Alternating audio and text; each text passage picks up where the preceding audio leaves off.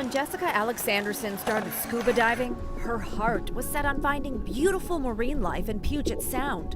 What she discovered was shocking. It's just absolutely terrible. When I first started diving in 2014, I was like, what? Every single dive site I've ever been to has tires. She's right. There are thousands of sunken tires at just about every popular dive site. Some have been there since the 1960s when the State Department of Natural Resources put them there. Along with other groups, thousands of tires were strung together in various shapes to mimic reef structures.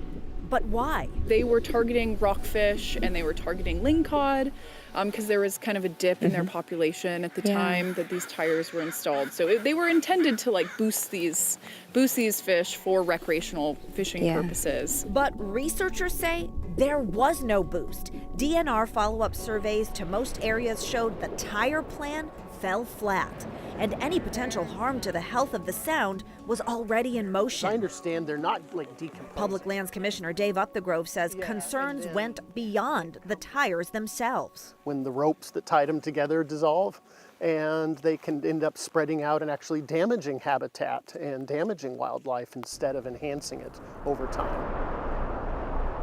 Nearly 60 years later, new legislative funding is jump-starting work to finally get those tires out.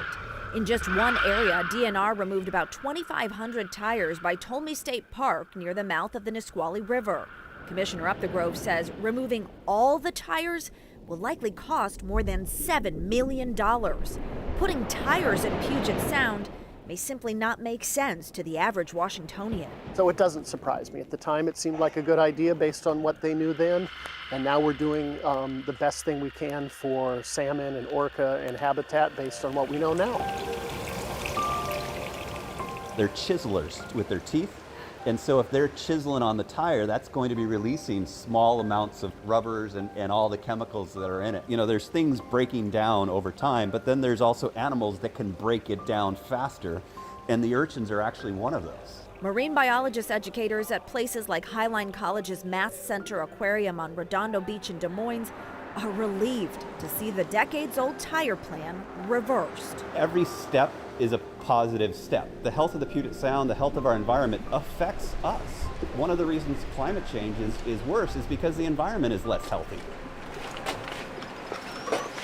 Back to the surface with Jessica Alexanderson and her dive buddy Eric Axelrod. They've found life thriving where past failed experiments have been corrected. Unfortunately, there was a bunch of tires actually near where the octopus den was built, and we actually helped remove some of those tires. And right after we removed the tires is when she moved in. But the den is made out of rock structure. As hundreds of the giant Pacific octopus eggs continue to hatch, lovers of our Pacific Northwest waters are reminded. Here it goes. Okay. Consequences of the past run deep.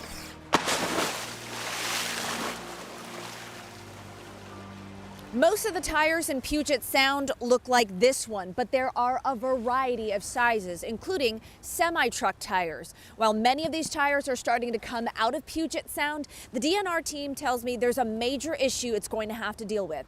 It's not really known exactly how many tires are in the Sound. That's because groups outside of DNR sunk tires of their own in areas not within state-owned aquatic lands. DNR believes there are about 100,000 tires in Puget Sound, but they estimate there's at least 30% more than that. That number could change as tire removals continue. King 5 will keep you updated. At Redondo Beach, for Environment Northwest, I'm Farah Jadrin.